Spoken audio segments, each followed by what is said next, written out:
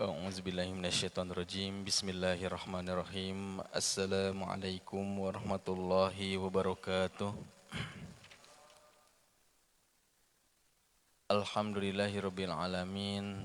Alhamdulillahillazi anzala sakinata fi qulubil mu'minina liyazdadu imanan ma'a imanihim. Asyhadu an la ilaha illallah wahdahu la syarikalah wa asyhadu anna Muhammadan abduhu wa rasuluh alladzi la nabiyya ba'd. Allahumma ja'al amalana hadza sholihan wa liwajhika khalisan wa la taj'al fihi li anfusina wa la li ahadin min khalqika syarira wa la nasiba. Subhanaka la ilma lana illa ma 'allamtana innaka antal alimul hakim. Puji dan syukur kita panjatkan pada Allah Subhanahu wa taala. Salawat dan salam tercurah kepada junjungan alam Rasulullah Muhammad sallallahu alaihi wasallam, kepada keluarganya, para sahabatnya, para tabi'in, sampai kepada umatnya yang taat hingga akhir zaman. Semoga siapapun yang hadir di majelis ini tidaklah bubar dari majelis melainkan dosa-dosanya berguguran, semakin disolehkan akhlaknya, semakin diistiqomahkan ibadahnya, semakin dilancarkan dan diberkahi rezekinya, semakin disehatkan jasadnya, semakin disabarkan atas segala kemusibahannya, dan semoga keturunan-keturunannya pun semakin soleh, semakin baik. Amin ya Allah ya Rabbal Alamin. Yang kedua, semoga ayat yang kita baca ini membuat kita semakin cinta kepada Allah Subhanahu wa taala, bukan semakin jauh ya, semakin mengisi hati kita dengan ayat-ayatnya yang suci. Pada kesempatan ini kita akan lanjutkan kajian kita, di mana pada kesempatan ini insya Allah akan mentadaburi surat Al-Hajj ayat yang ke-11, 12, 13. Ini satu paket. Surat Al-Hajj ayat yang ke-11, 12 dan 13. Kita akan tuntaskan insyaallah. A'udzu billahi minasy syaithanir rajim. Wa minan nasi may ya'budullaha 'ala harf fa in asabahu khairun itma'anna bih wa in asabathu fitnatun inqalaba ala wajhi khasirad dunya wal akhirah dzalika huwal khusranul mubin. Yad'u min dunillahi ma la yadurruhu wa ma la yanfa'uhu dzalika huwad dhalalul ba'id. Yad'u laman darruhu aqrabu min naf'ihi labi'sal maula wa labi'sal ashir. Wa minan nas, dan di antara manusia, dari sekian makhluk Allah yang diciptakan, yang berakal, manusia, artinya ada sebagiannya. Siapa manusia itu? Makhluk Allah yang diciptakan dari tanah yang merupakan keturunan dari Adam alaihissalam. Ya ayyuhan nas kullukum wahid wa kullukum min Adam wa Adamu min turab. Wahai sekalian manusia, kalian itu dulunya satu dari Adam, dan Adam itu dari tanah.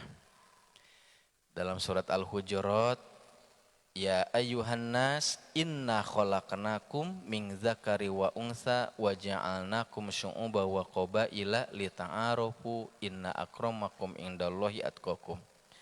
Hei sekalian manusia, sesungguhnya kami telah menciptakan kalian itu dari jenis laki-laki dan perempuan.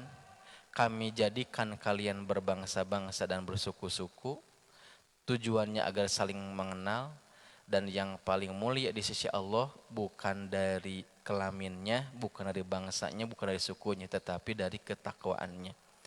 Wa minan nas artinya tidak semua manusia. Min di sini min bermakna al-ba'd sebagian. Wa minan nasi dan di antara manusia man ada orang ya'budullaha yang beribadah kepada Allah ala harfin.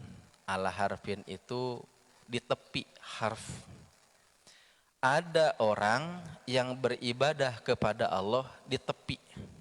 Kalau logawinya kan gitu. Maknanya sih bukan itu sebenarnya gitu. Fa in asobahu, maka jikalau mereka sebagian manusia itu mendapatkan khairun, kebaikan, itma'anna bihi, maka mereka itu merasakan tenang, tumaknina dalam keimanannya, ibadahnya. Fa in asobathu fitnatun, dan apabila mereka itu mendapatkan fitnah, in qalaba, mereka itu berbalik ala wajhihi, atas wajah, artinya berbalik ke belakang, khosirod dunya wal akhirah, mereka itu mendapatkan kerugian dunia dan akhirat, ya. Zalika huwal khusranul mubin, dan itu semua adalah keraguan yang nyata. Baik, tadi disebutkan wa minan nas, dan sebagian manusia man ya'budullah, ada yang melakukan ibadah kepada Allah. Ibadah itu penyembahan, ya, ruku, kemudian sujud, mengagungkan, itu ibadah. Ibadah itu secara lugawi dari kata abada ya'budu, ibadatan bermakna al-khudu'u wa tadallul, tunduk dan taat.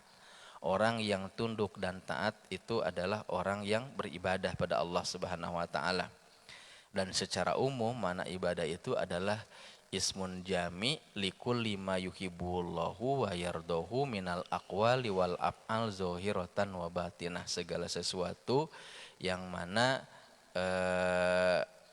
dicintai Allah, diridhoi Allah, ucapan, perbuatan yang nampak ataupun yang tidak nampak, itu adalah ibadah. Dan tugas manusia di dunia ini emang untuk ibadah. Apa tujuan keberadaan kita? Ya ibadah, menjadi hamba Allah yang tunduk dan patuh. Wa ma khalaqtul jinna wal insa illa liya'budun, dan tidak semata-mata aku ciptakan jin dan manusia melainkan agar jin dan manusia itu beribadah pada Allah Subhanahu wa taala. Namun di antara manusia itu ada orang beribadah tetapi ala harfin, di tepi, di atas tepi itu. Apa makna ala harfin itu gitu, tepi itu?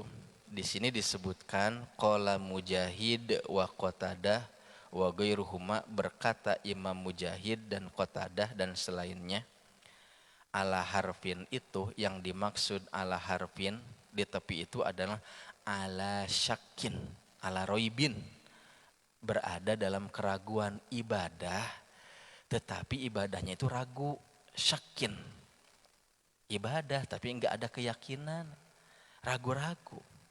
Wa qala ghairuhum, ada juga pendapat yang lain mengatakan bahwa ala torf minhu harful jabal, ada yang mengatakan torf ini di pinggir, yaitu di sisi bukit jabal torfuhu, ai dakhala fiddini ala torf, jadi disebutkan dakhala fiddini ala torf, masuk ke agama ala torf, tetapi ala torf itu dipinggirkan, tidak dijadikan hal yang utama, ya. Fa in wajada ma yuhibbuhu istaqarra, apabila ketika dia menjalankan agama, beragama, Kemudian wajada mayuhibuhu, mendapatkan apa yang diinginkannya, mendapatkan apa yang dicintainya, mendapatkan apa yang diharapkannya, istaqarra, dia tetap dalam agama itu. Wa illa, akan tetapi jika dia beragama, berislam, tetapi tidak mendapatkan apa yang dicintainya, apa yang diharapkannya, apa yang diinginkannya, susah gitu. Beragama tapi kok malah hidupnya susah. Insyamar itu berbalik katanya, meninggalkan agama itu. Jadi maknanya bisa sama. Jumhur menyebutkan adalah syak, artinya ragu-ragu, setengah-setengah gitu. Benar atau tidaknya hanya Allah yang tahu itu, keraguan dalam hatinya itu. Cuman jika dia mendapatkan kesenangan di dalam agama, tetap berada dalam agama, tetapi jika dia tidak mendapatkan sesuatu yang diinginkannya, maka dia meninggalkan agama tersebut. Di sini disebutkan an Ibni Abbas, dari Ibnu Abbas. Ibnu Abbas ini mufassir di kalangan sahabat Nabi. Jadi ahli tafsir kalangan sahabat Abdullah bin Abbas. Sahabat Nabi yang didoakan oleh Nabi, Allahumma faqihu fiddin wa alimhu ta'wila. Didoakan sama Nabi, ya Allah fakihkan dia, pahamkan dia dalam agama. Kepada Ibnu Abbas, wa alimhu ta'wila, dan alimhu, ajarkanlah ta'wil. Jadi ingat ya, Ibnu Abbas qala menyatakan, wa minan nasi may ya'budullah ala harfin, dan di antara manusia ada orang yang beribadah di tepi, artinya berada dalam keraguan. Qala, kata Ibnu Abbas, dia mengatakan, kana rojul yakmul Madinah fa'id waladat imro'atuhu gulaman wa natajat khailahu qala hadza dinun sholih. Berkata Ibnu Abbas, dulu itu tuh di masa Nabi, kana rojul, ada seorang laki-laki datang ke Madinah. Kemudian dia berislam. Fa in waladat imro'atuhu gulaman, jika istrinya melahirkan anak laki-laki, katanya itu, wa natajat khailahu, kemudian selanjutnya kudanya itu melahirkan, qala hadza dinun sholih, maka dia mengatakan ini adalah agama yang baik, katanya itu, agama yang baik. Kenapa? Karena ketika dia berislam, makmur, sejahtera, anaknya lahir, istrinya lahir, anak laki, kemudian kudanya pun beranak, ya artinya bisa melahirkan. Nah ini, kenapa di sini gulaman? Karena pada saat dulu di masa jahiliyah, bahkan di masa-masa awal Islam, masih tetap orang itu punya kebanggaan jika punya anak laki-laki. Beda dengan perempuan gitu. Makanya pengen punya anak laki-laki. Apalagi nasab itu kan ke laki-laki, seperti itu. Kemudian yang keduanya di masa jahiliyah tuh dulu, masih masa-masa peralihan gitu kan. Kalau sekarang kan udah biasa, mau anak laki-laki, anak perempuan sama aja. Yang penting didik supaya jadi anak yang soleh dan solehah kan gitu. Dulu di masa jahiliyah, kalau kita lihat dalam sirah itu ada namanya wa'dul banat, penguburan terhadap bayi-bayi perempuan. Jadi orang-orang Arab itu kalau punya anak perempuan di masa jahiliyah tuh, lahir itu bayi perempuan langsung dibawa ke padang pasir, dikubur hidup-hidup. Ada dua pilihan, kalau punya anak perempuan, ya, besarkan dia tetapi dalam kondisi kehinaan, karena pada masa jahiliyah perempuan itu betul-betul dianggap hina, dianggap sesuatu yang makhluk Allah yang tidak berdaya, tidak bisa apa-apa. Jadi kalau misalnya mau, besarkan dia tapi dalam kehinaan, atau bunuh, kuburkan dia hidup. Jahiliyah seperti itu. Kalau setelah adanya masa Islam dilarang, tidak boleh melakukan pembunuhan terhadap bayi perempuan ataupun bayi laki-laki. Nah, seperti itu. Kemudian yang selanjutnya, wa in lam talid imro'atuhu wa lam tuntaj khailuhu qala hadza dinunsu. Tadi kan dikatakan ada orang datang Madinah, hidup di Madinah, berada dalam Islam, kemudian apabila istrinya melahirkan anak laki-laki, kemudian kudanya beranak, maka ini agama yang benar. Tetapi sebaliknya, in lam talid imro'atu, jika istrinya itu tidak melahirkan, kemudian yang selanjutnya itu adalah kudanya tidak beranak, maka dia mengatakan hadza dinun su, ini agama yang jelek gitu kan, agama yang jelek, menyalahkan agama. Nah, menyalahkan agama. Sehingga ibadahnya itu ya torop, ragu, dipinggirkan, tidak jadikan sebagai sesuatu yang inti. Seperti itu. Baik. Qala Ibnu Abbas, berkata Ibnu Abbas lagi sebagai maroji tambahan, kana nasun minal a'rab ya'tunan nabiyya sallallahu alaihi wasallam fayuslimun. Dulu itu ada orang-orang Baduy, ya, sebagian Baduy datang menghadap Nabi Muhammad SAW dan mereka itu masuk Islam, menghadap Nabi ke Madinah, masuk Islam. Fa iza roja'u ila baladihim, apabila mereka itu pulang ke negerinya, ke tempat mereka tinggal, meninggalkan Madinah, mereka datang ke Madinah, masuk Islam, kemudian pulang lagi. Fa in wajadu am ghois wa am khisb wa am wilad hasan qalu inna dinana hadza li soleh fatamassaku bihi. Artinya apa? Apabila ketika mereka pulang ke negerinya, kemudian dapati ada kesuburan, kemudian juga hujan, kemudian juga istri-istri kemudian melahirkan, maka dia mengatakan ini agama betul-betul agama yang baik, fatamassaku, maka berpegang teguh pada agamanya. Wa in wajadu am judubah wa am wiladsu wa am qatin qalu ma fi dinina hadza khair. Apabila mereka pulang kemudian tidak mendapatkan kebaikan, kelancaran, baik itu ladang, hujan, rejeki, kemudian tidak melahirkan istri-istrinya, maka ma fi dinina hadza khair, di dalam agama ini tidak ada kebaikan, katanya itu. Fa anzalallahu ala nabihi, maka ayat ini diturunkan kepada nabi. Jadi yang kisah-kisah tadi itu salah satu sebagian dari sababun nuzul, sebab turunnya ayat.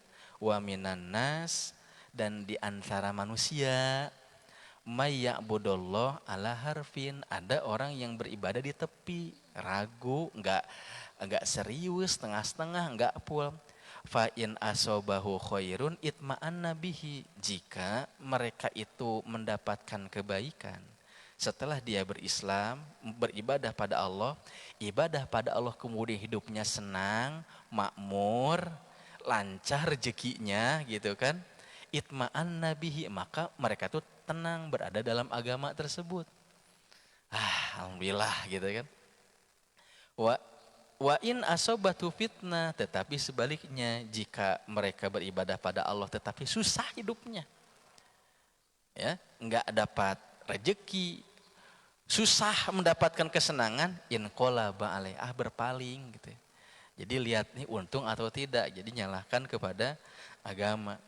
Sama seperti orang menyalahkan sholat, tuh lihat tuh, saya sholat rajin, saya baca Quran rajin, puasa rajin, tapi hidup susah, ekonomi seret gitu kan, sakit-sakitan gitu kan, banyak masalah. Tapi lihat tuh, ada orang tuh teman tetangga nggak pernah sholat, nggak pernah ngaji, nggak pernah ibadah, makmur, lancar rezekinya gitu kan. Udah meninggal, hampir mirip. Ini turunnya 14 abad yang lalu, tapi ini masih korelasi sampai saat ini juga. Terkadang ketika orang melaksanakan ibadah yang dipikirannya itu keuntungan-keuntungan dunia. Kalaupun dia beribadah, niatnya ya gitu, ingin untung-untung. Padahal sudah jelas, Yang harus kita pikirkan itu adalah persembahkan ibadah terbaik sajalah gitu. Allah akan kasih dunia gitu. Namun jangan dikira kesenangan kelapangan itu karunia. Terkadang kesenangan, kelapangan, kelancaran itu juga adalah istidraj ya. Senang gitu, istidraj, sehat, tetapi jauh dari Allah. Enggak pernah sholat tapi sehat terus. Enggak pernah istighfar tapi rezeki makin lancar gitu kan. Enggak pernah beristighfar, berzikir, tetapi semakin tinggi jabatannya. Ini istidraj, nauzubillahi min dzalik. Jadi patokan dunia itu bukan jadi standar ibadah seseorang baik atau tidak. Ya, enggak jadi standar. Kenapa sebabnya? Karena Allah sudah memberikan kadarnya masing-masing. Kalau misalnya standarnya adalah kemakmuran dunia gitu kan, maka para nabi, para rasul yang hidupnya sederhana, hidupnya jauh dari kesenangan, bahkan di antara mereka ada yang ulul azmi gitu, yang kesabarannya itu sangat tinggi, ujiannya sangat besar gitu. Bahkan ujian hidup yang kita alami nggak seberapa dibanding mereka, tapi mereka ternyata dijadikan sebagai manusia terbaik. Ihdinas siratal mustaqim. Tunjukkanlah kami jalan yang lurus, siratal ladzina an'amta alaihim, yaitu jalan lurusnya orang-orang yang engkau beri nikmat pada mereka. An'amta, yang engkau beri nikmat. Dan an'amta di sana kalau kita kaji dalam literatur tafsir bukan al-agniya gitu, bukan orang yang kaya. An'amta di sana itu bukan juga orang yang zujahin, bukan orang yang punya jabatan tinggi, pejabat ataupun raja, enggak. Yang dimaksud an'amta di sana itu adalah anbiya warusul, siddiqun, syuhada, aulia gitu. Para nabi, para rasul, siddiqun, syuhada, aulia, orang-orang soleh. Kenapa? Dan apa korelasinya? Kenikmatan itu. Jadi kenikmatannya kenikmatan apa? Sampai kita tuh berdoa tiap hari dalam sholat. Tunjukkanlah kami sirotol mustaqim, jalan lurus. Yaitu jalan hidupnya orang-orang yang telah engkau beri nikmat. Emang nikmat apa? Nikmat para nabi, para rasul, siddiqin, syuhada, aulia itu adalah nikmat iman, Islam terhujam dalam diri. Itu saja, iman yang terhujam dalam diri. Itu kenikmatan terbesar. Jadi jika iman ini lepas, Masya Allah, mau apa ini hidup ini ya gitu. Innallaha la yanzuru ila suwarikum wala ila amwalikum walakin yanzuru ila qulubikum wa amalikum. Sesungguhnya Allah itu tidak melihat kepada bentuk rupa kamu, Allah juga tidak melihat kepada hartamu, tetapi Allah melihat kepada hati, iman, wa amalikum, dan amal-amal perbuatanmu. Baik, hadirin wal hadirat yang dimuliakan Allah Subhanahu wa taala, kita lanjutkan. Tambahan lagi nih. Qolal Aufi an Ibni Abbas, berkata Imam Al-Aufi dari Ibnu Abbas, kana ahaduhum,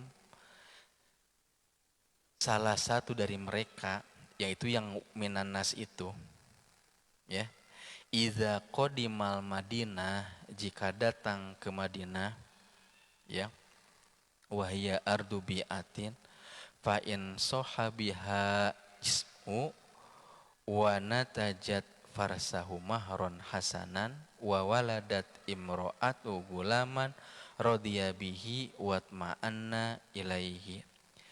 Apabila di antara mereka itu datang ke Madinah, ya, kemudian ketika datang ke Madinah itu jasadnya sehat, soha biha jismu, jasadnya sehat, jauh dari penyakit.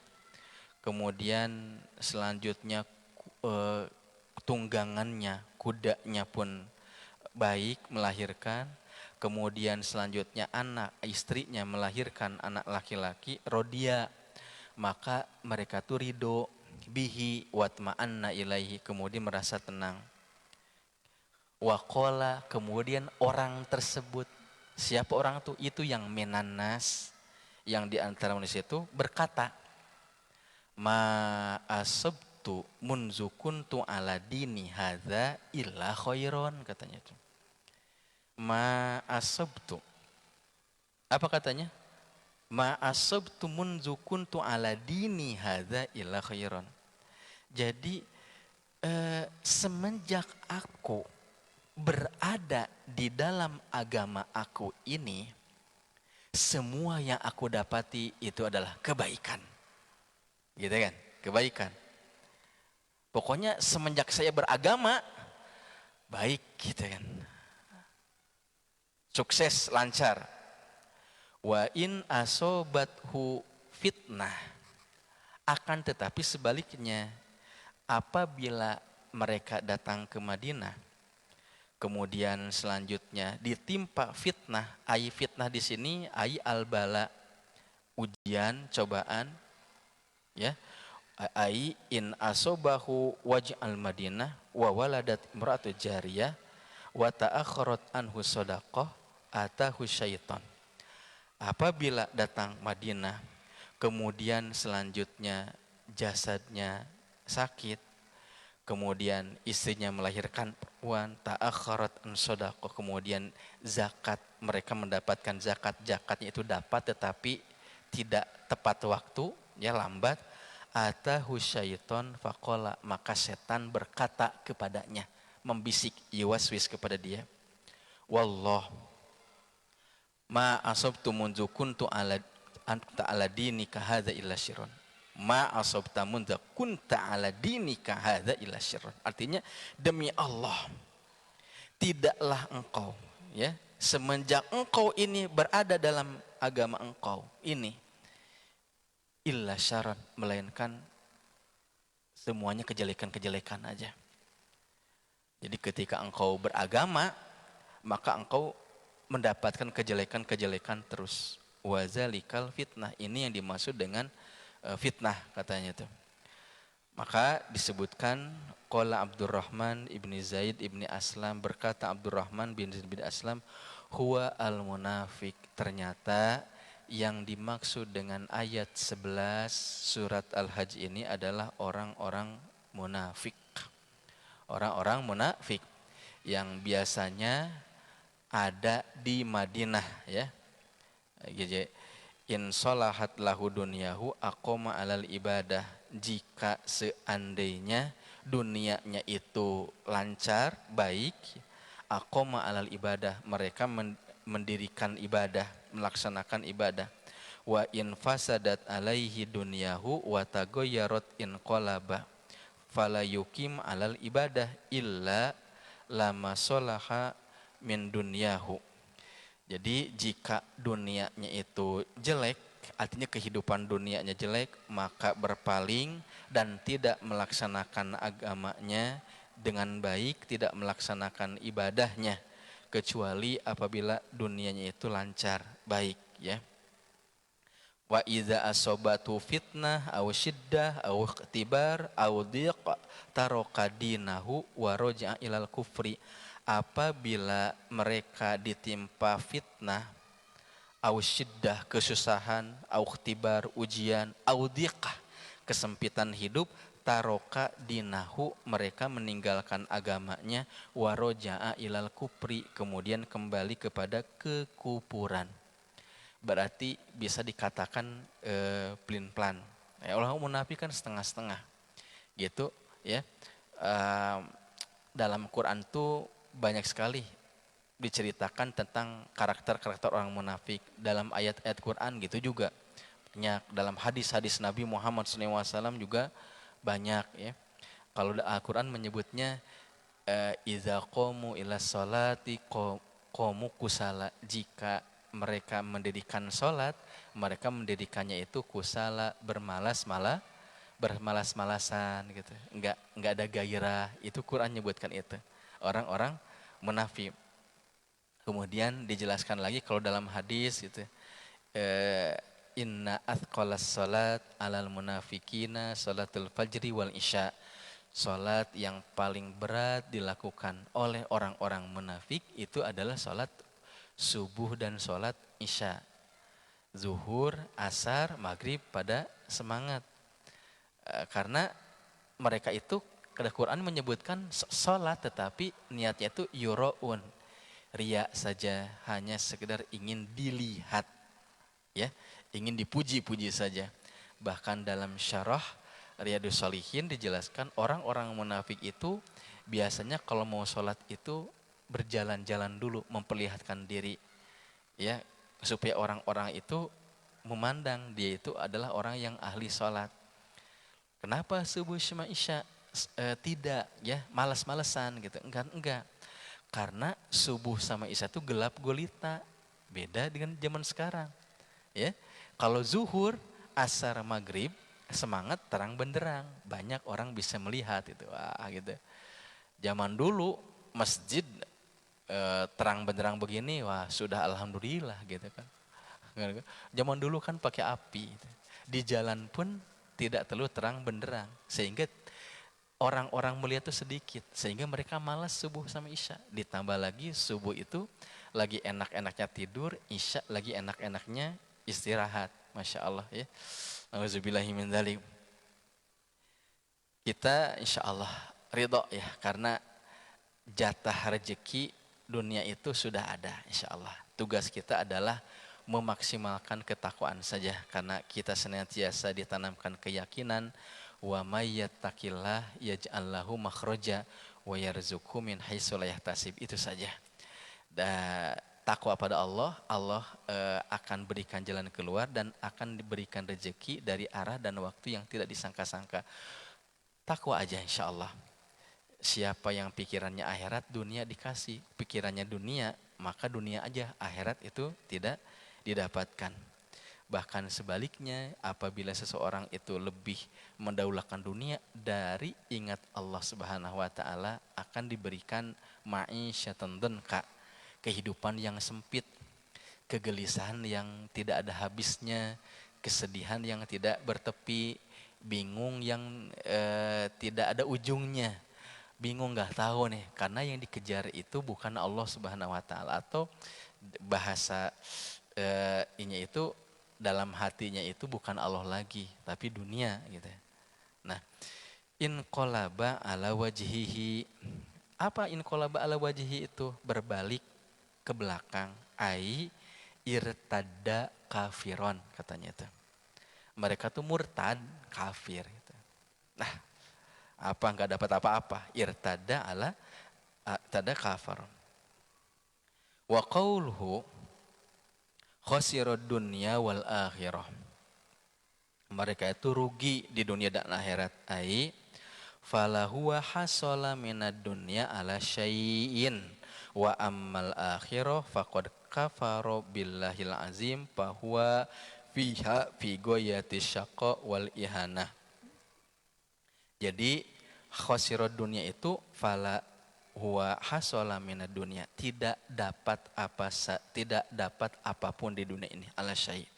Wa amal akhirah, adapun di akhirat disebabkan qad kafaru billah, disebabkan karena mereka itu kufur terhadap Allah Subhanahu wa taala, maka mereka itu berada dalam puncak dari kejelekan, ya. Nah, di sini disebutkan zalika huwal khusranul mubin. Artinya di sini berada dalam keraguan yang nyata, bisa dinakan juga kerugian yang nyata, seperti itu. Kenapa sebabnya? Yad'u min dunillah ma la yadurruhu wa ma la yanfa'uhu. Yad'u, mereka itu menyeru, min dunillah, pada selain Allah, ma apa-apa, la yadurruhu, di mana selain Allah tersebut tidak dapat memberikan kemadorotan, wa ma la yanfa'uhu, dan juga tidak dapat memberikan kemanfaatan. Ai, maknanya adalah minal asnami wal andadi yastagisu biha wa yastansiruha wa yastarzikuha wa hiya la tanfa'uhu wa la tadurruhu. Jadi mereka itu melakukan ibadah kembali lagi kepada berhala wal andad dan tandingan-tandingan Allah Subhanahu wa taala selain Allah. Yastagitsu biha, mereka itu beristighosah kepada selain Allah, beristighosah pada berhala, berdoa pada Allah Subhanahu wa taala, ya, yastagisu. Berdoa hanya pada Allah, beristighosah kepada Allah Subhanahu wa taala. Wa yastansiruha, ya, wa yastazrizukaha. Dan berhala-berhala tersebut la tanfa'uhu, tidak dapat memberikan kemanfaatan dan kemadaratan kepada siapa? Kepada yang menyembah-nyembahnya, mengagung-agungkan. Jangankan memberikan kemadaratan, ada semut yang hinggap di berhala saja. Berhala tidak bisa mengusir semut tersebut. Ya. Berhala dibuat dari gandum, kemudian dibawa pergi di tengah jalan, lapar, minta izin pada berhala, dimakan itu berhala. Itu orang-orang jahiliyah, orang-orang kufar. Ada juga dari khosyab, berhala dari kayu. Ada juga al-hajar, berhala dari batu, ya. Ada juga dari tanah liat. Dibentuk-bentuk sedemikian rupa. Di tiap rumah ada berhala, di luar pun rumah ada berhala, di jalan ada berhala, seperti itu. Irtadda, ya. Kemudian selanjutnya disebutkan dororuhu fid dunya qoblal akhirah. Kemadorotan yang akan mereka dapatkan itu, ya, di sini disebutkan qoblal akhirah, akan didapatkan sebelum di akhirat. Aqrabu min naf'ihi, bahkan lebih dekat dari kemanfaatannya. Di sini merupakan yad'u laman darruhu aqrabu min naf'ihi. Mereka itu beribadah, menyeru, ya, kepada yang kemadorotannya itu lebih dekat dari kemanfaatannya, ya. Seperti itu. Awa amma fil akhirah fadororuhu muhaqqaq wa mutayaqqan. Adapun kemadorotan akhirat itu mah sudah benar, sudah hakikat pasti ada, sudah yakin itu pasti bakal ada. Tetapi di dunia mereka diberikan kesusahan, masya Allah. Oleh karenanya disebutkan bahwa mereka itu menjadikan tandingan-tandingan Allah Subhanahu wa taala sebagai kawan, padahal itu adalah sejelek-jeleknya kawan, sebagai penolong, padahal itu adalah sejelek-jeleknya penolong. Labi'sal maula wa labi'sal ashir.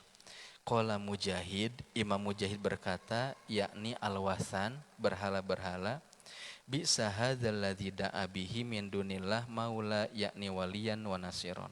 Bahwa berhala-berhala yang mereka sembah-sembah tersebut selain Allah merupakan sejelek-jeleknya penolong, tidak dapat memberikan pertolongan.